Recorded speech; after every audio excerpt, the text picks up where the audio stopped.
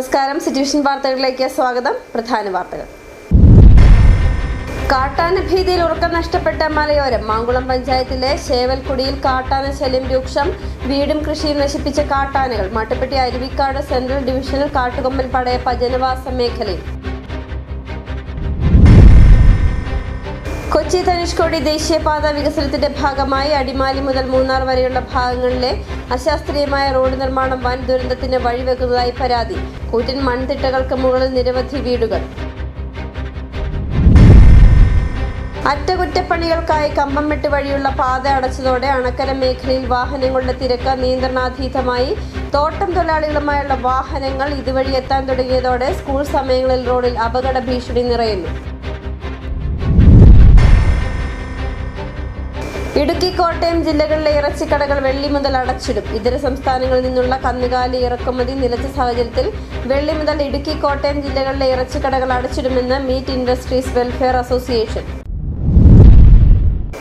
വിശദമായ വാർത്തകളിലേക്ക്. കാട്ടാന ഭീതിയിൽ ഉറക്കം നഷ്ടപ്പെട്ട മലയോരം. മാങ്കുളം പഞ്ചായത്തിലെ ശേവൽക്കുടിയിൽ കാട്ടാന ശല്യം രൂക്ഷം. കഴിഞ്ഞ ദിവസം കാട്ടാനകൾ പ്രദേശത്ത് ഒരു വീട് തകർക്കുകയും വ്യാപകമായി കൃഷി നശിപ്പിക്കുകയും ചെയ്തു. ജനങ്ങൾ രാത്രിയിൽ വീടുകൾ പൂട്ടി സുരക്ഷിത കേന്ദ്രങ്ങളിലേക്ക് മാറേണ്ടുന്ന ഗതികേടിലാണ് ഉള്ളത്. ഒരിടവേളയ്ക്ക് ശേഷമാണ് വീണ്ടും മാങ്കുളം സെൽവകുടിയിൽ കാട്ടാന ആക്രമണം രൂക്ഷമായിട്ടുള്ളത്. കഴിഞ്ഞ ദിവസം ശേവൽകുടിയിൽ കാട്ടാന ഒരു വീട് തകർത്തു. നിരവധി കർഷകരുടെ കൃഷിഭൂമി കാട്ടാനകൾ നിലം പരിശാക്കി.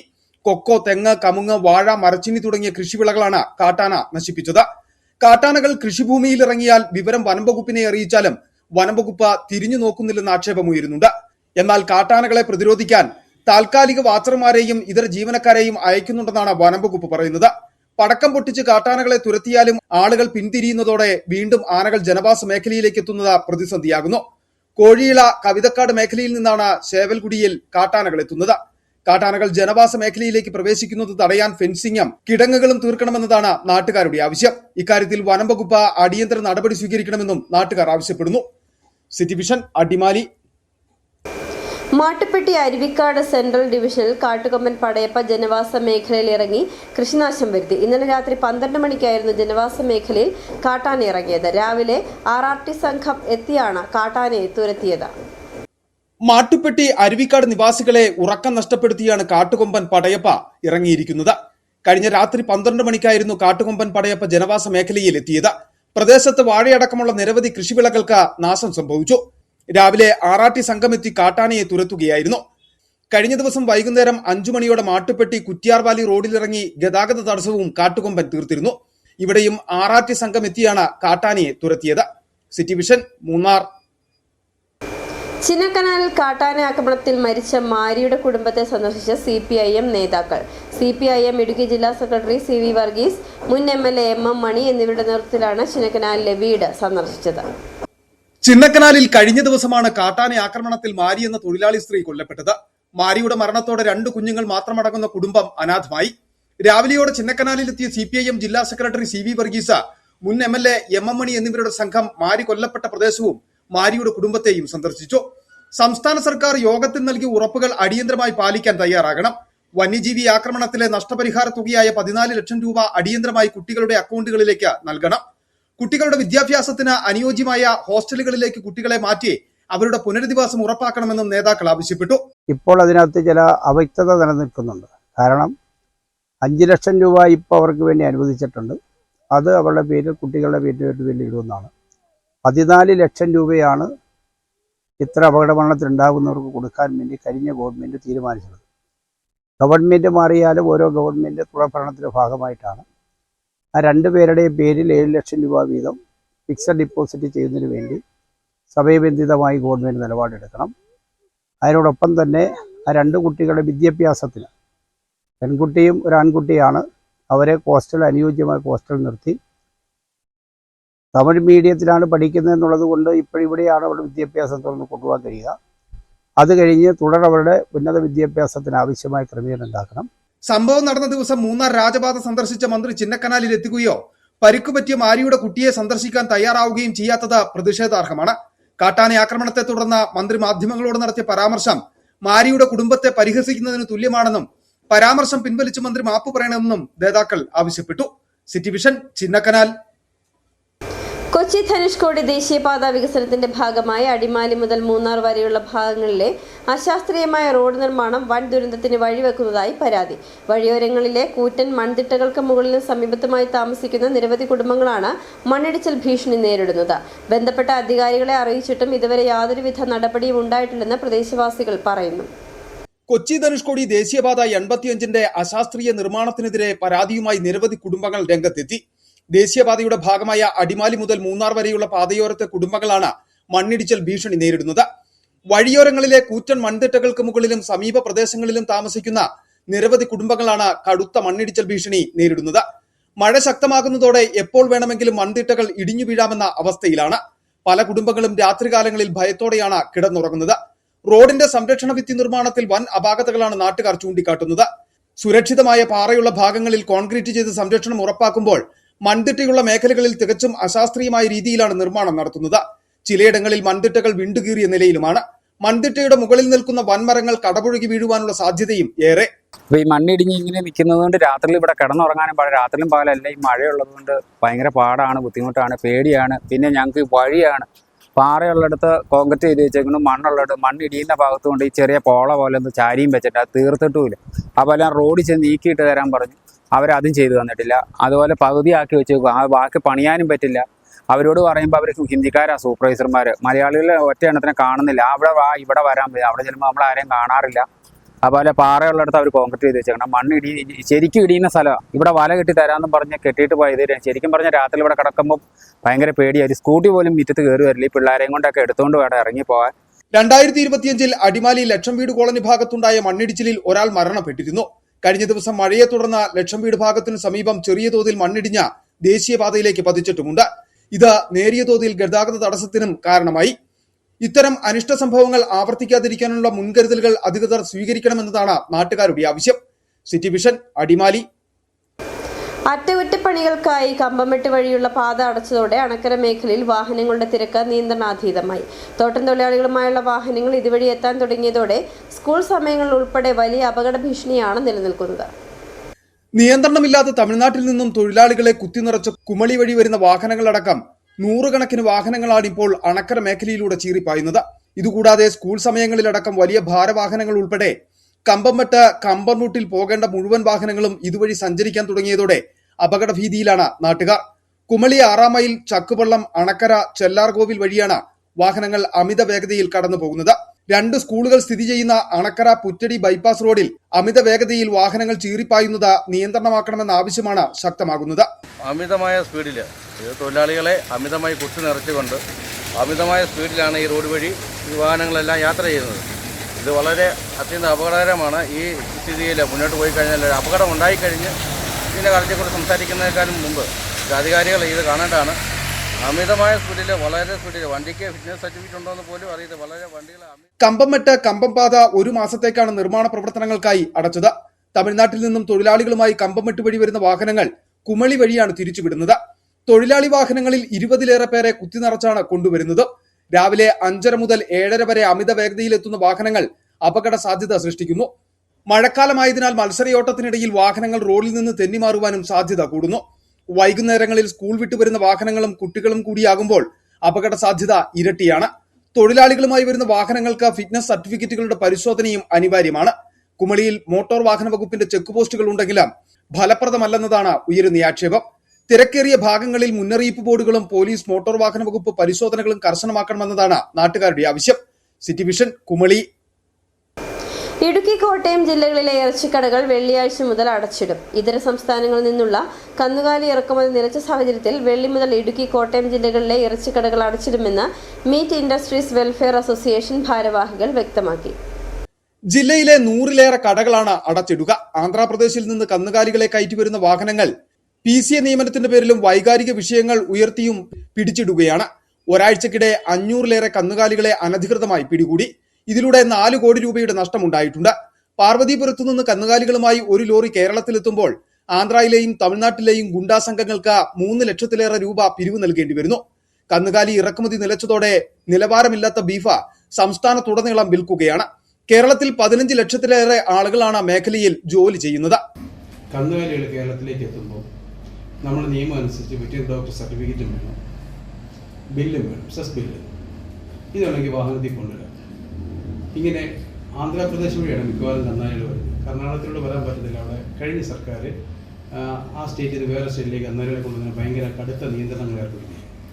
ഇങ്ങനെ നമ്മൾ കൊണ്ടുവരുമ്പോൾ കഴിഞ്ഞ ജാനുവരി 21 മൃഗസംരക്ഷണ വകുപ്പിൻ്റെ ആനിമൽ ഹസ്ബൻഡറി ഡിപ്പാർട്ട്മെൻറ്റ് ഈ ആന്ധ്ര സർക്കാരിൻ്റെ veterinary doctor certificate, veterinary health ആരോഗ്യ സർട്ടിഫിക്കറ്റ് കൊടുക്കേണ്ട ഒരു തീരുമാനം കൊണ്ട് അവിടെ തൊട്ടാണ് പ്രശ്നം ഏറ്റവും രൂക്ഷമായത്. കന്നുകാലികളെ വാഹനങ്ങളിൽ കൊണ്ടുവരുന്നത് തടസ്സപ്പെടുത്തിയാൽ കേസെടുക്കണമെന്നും ജില്ലാ പോലീസ് മേധാവികളെ നോഡൽ ഓഫീസർമാരായി നിയമിച്ചുള്ള സുപ്രീം കോടതി വിധിയും നിലനിൽക്കുകയാണ്.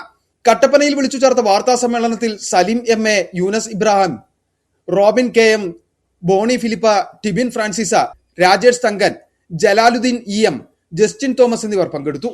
City vision, Kattappana. 2 തലമുറകളുടെ കണ്ണീരിന് വിരാമം. ചിന്നക്കനാലിൽ 4 നൂറ്റാണ്ടിന് ശേഷം ഭൂമിക്ക് പട്ടയമായി. 236 കുടുംബങ്ങൾക്ക് ഇനി സ്വന്തം മണ്ണ്.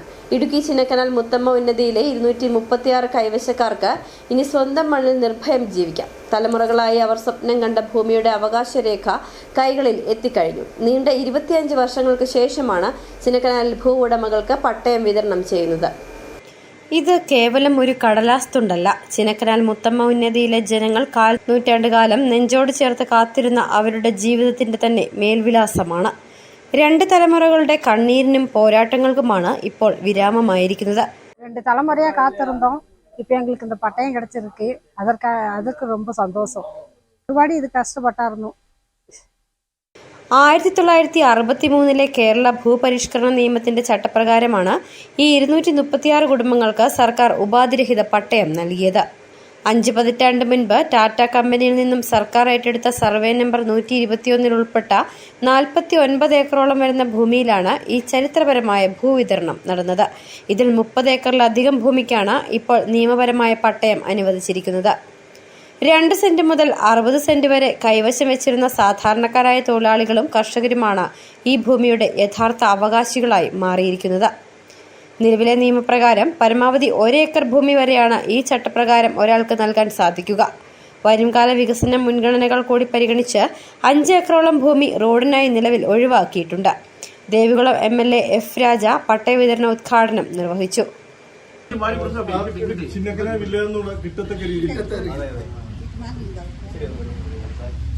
ആദ്യത്തെ പട്ടയ വിതരണമാണ്. ഇനിയും കിട്ടാത്ത ആൾക്ക് മുഖ്യമന്ത്രിക്ക് നിവേദനം കൊടുത്തിട്ടുണ്ട്, വകുപ്പ് മന്ത്രിക്കും കൊടുത്തിട്ടുണ്ട്. തടസ്സമില്ലാതെ ഇനി പട്ടയം കൊടുക്കാനുള്ള ഏർപ്പാട് ചെയ്യും. ചിന്നക്കനാലിൽ ഈ പെൻഡിങ്ങുള്ള പട്ടയമാണ് ഇപ്പോൾ നമ്മൾ കൊടുക്കുന്നത്.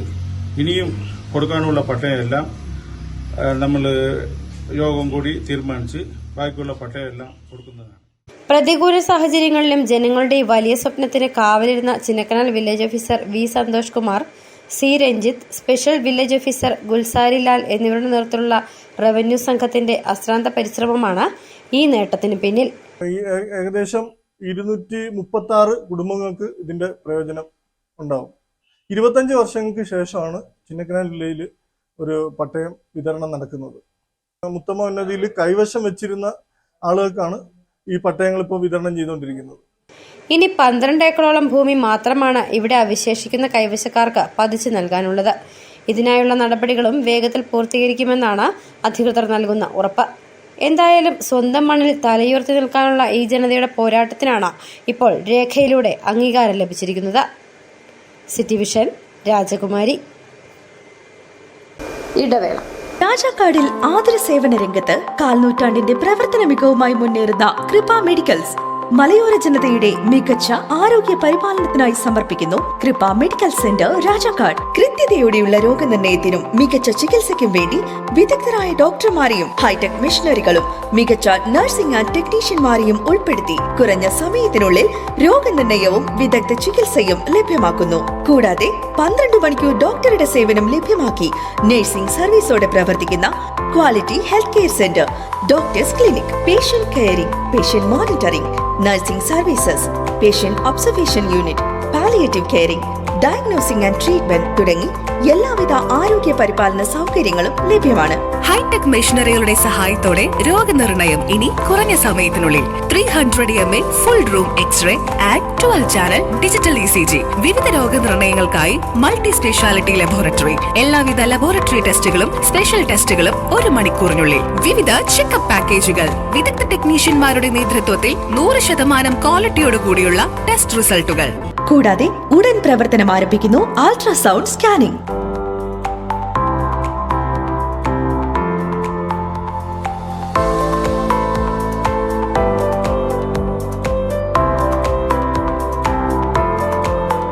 രാജാക്കാട്ടിലെ number 1 health provider Kripa medical centre. Direct care, diagnosis and treatment, doctors clinic, doctors clinical and diagnostic laboratory and patient friendly pharmacy. Kripa medicals, SNDP shopping complex, central junction and market road, Rajakkad. The number 1 health provider, Kripa medical centre. We create better health. സ്ത്രീ സൃഷ്ടികളിൽ ഏറ്റവും പരിശുദ്ധയായ ഒന്ന്. ആ പരിശുദ്ധിക്ക് നിറം കൂട്ടുന്ന ഒന്നാണ് അവരുടെ ആത്മവിശ്വാസം. അതിനാൽ ഞങ്ങൾ മനസ്സിലാക്കുന്നു, നിങ്ങൾ അർഹിക്കുന്നു KG's ജ്വല്ലറിയുടെ അതുല്യമായ ആഭരണങ്ങൾ. KG's ജ്വല്ലറി, കോട്ടയം കട, സിൻസ് 1950. പരിശുദ്ധ സ്വർണം വിശ്വസ്ത കരങ്ങളിലൂടെ. ആ ഷോപ്സ് കട്ടപ്പന, ചെറുതോണി, അടിമാലി, നെടുങ്കണ്ടം, രാജാക്ക.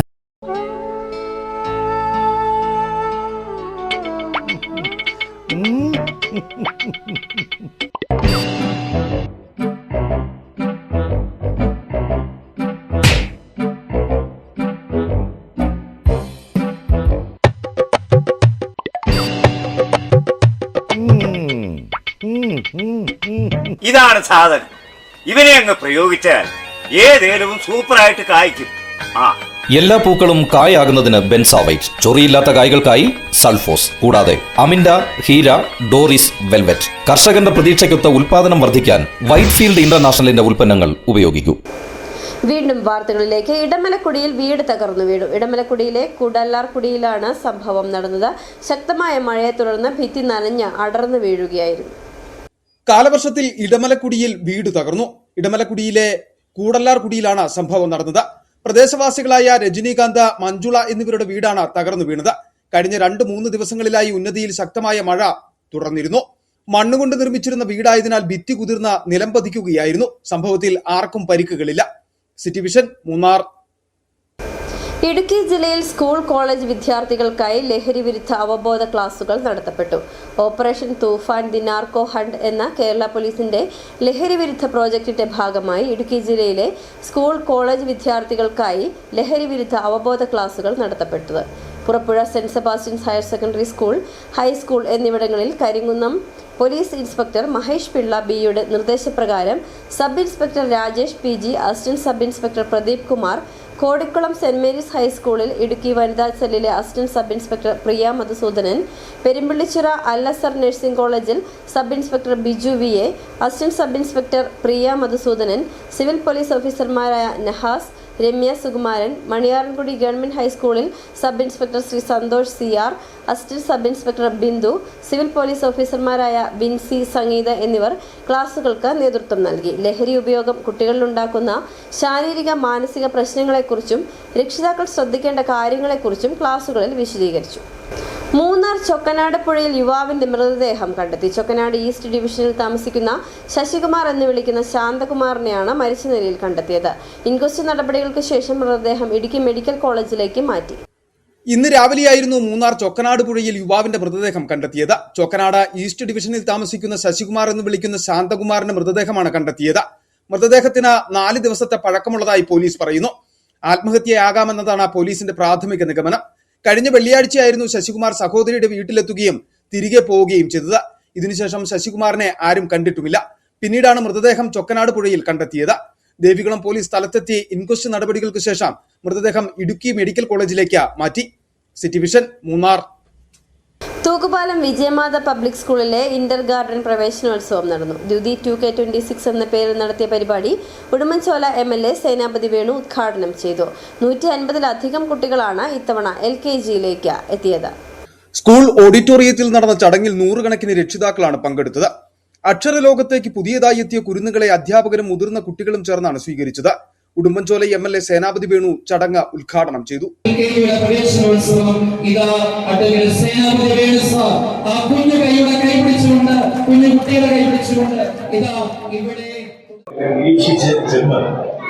രാത്രി ഒരു തണുത്ത വെള്ളമെടുത്ത് ഈ മനുഷ്യന്റെ ശരീരത്തേക്ക് ഒഴിക്കുന്നു. അപ്പൊ ഏത് മനുഷ്യനും അങ്ങനെ ഒരു ഘട്ടത്തിൽ അവരുടെ മാതൃഭാഷയിൽ സംസാരിക്കും. അപ്പോൾ മലയാളത്തിലാണെങ്കിൽ എന്താണ് താൻ കാണിക്കുന്നത്, ഹിന്ദിയിലാണെങ്കിൽ ക്യാക്കറിയും. അപ്പോ ആ ഒറ്റ വെളിപ്പെടുത്തലിൽ ഈ ബാല്യക്കാരനും മുസ്ലിംകാരനും ഈ കവിതയുടെ ഭാഷ മാതൃഭാഷ ഏത്. അപ്പോ നമ്മുടെ ജീവിതത്തിലെ എല്ലാ സൈനിക ഘട്ടത്തിലും നമ്മൾ പറയുന്ന ഒരു ഭാഷ എന്ന് പറയുന്നത് നമ്മുടെ മാതൃഭാഷ. അതുകൊണ്ട് ആ ഭാഷയിൽ നല്ല പ്രാവീണ്യം നമ്മൾ നേടണം എന്ന് ഞാൻ എന്റെ കുട്ടികളെ ഉപദേശിക്കുന്നു, ടീച്ചർമാരെ ഉപദേശിക്കുന്നു. ചടങ്ങിൽ പുതിയ MLAക്കുള്ള സ്കൂളിന്റെ ഉപഹാരവും സമർപ്പിച്ചു.